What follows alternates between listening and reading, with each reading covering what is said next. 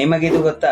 Hitler ಆ ಒಂದು ತಪ್ಪು ಮಾಡಿದರಿಂದ ವರ್ಲ್ಡ್ ವಾರ್ 2 ನಲ್ಲಿ ಸೋತೋದ. ಹೌದು, 1940ರಲ್ಲಿ 70% ಯುರೋಪ್ ಖಂಡ ಅವನ ಕೈಯಲ್ಲಿ ಇತ್ತು. ಈ ಸಮಯದಲ್ಲಿ ಬ್ರಿಟನ್ ಮೇಲೆ ಯುದ್ಧ ಪ್ರಕಟಿಸಿದ. ಆದರೆ ಅವನಿಗೆ ಗೊತ್ತು, ಬ್ರಿಟನ್ ಮೇಲೆ ಯುದ್ಧ ಗೆಲ್ಲಬೇಕೆಂದರೆ ಅದರ ಏರ್ ಫೋರ್ಸ್ ನಾಶ ಮಾಡಬೇಕೆಂದು. ಅಂದ ಹಾಗೆ ಜರ್ಮನ್ ಏರ್ ಫೋರ್ಸ್ ಆದ Luftwaffe Britain air force radar stations ಹಾಗೂ ಫೈಟರ್ ಪ್ಲೇನ್ಸ್ ಮೇಲೆ ದಾಳಿ ಮಾಡಿತು. ಆದರೆ ಒಂದು ರಾತ್ರಿ ಹಿಟ್ಲರ್ ಸೇನೆಯ ಒಂದು ಗ್ರೂಪ್ ಆಕ್ಸಿಡೆಂಟ್ ಆಗಿ ಲಂಡನ್ ಮೇಲೆ ಬಾಂಬ್ ಡ್ರಾಪ್ ಮಾಡಿತು. ಇದಕ್ಕೆ ಪ್ರತೀಕಾರವಾಗಿ ಬ್ರಿಟನ್ ಜರ್ಮನ್ ನ ಬೆರ್ಲಿನ್ ನಗರದ ಮೇಲೆ ದಾಳಿ ಮಾಡಿತು. ಇದರ ಫಲಿತವಾಗಿ ಹಿಟ್ಲರ್ ತನ್ನ ಸೇನೆಯನ್ನು ಬ್ರಿಟನ್ ಏರ್ಫೀಲ್ಡ್ಸ್ ಮೇಲೆ ದಾಳಿ ಮಾಡುವುದನ್ನು ನಿಲ್ಲಿಸಿ ಅದರ ನಗರದ ಮೇಲೆ ದಾಳಿ ಮಾಡಿ ಎಂದು ಆದೇಶಿಸಿದ.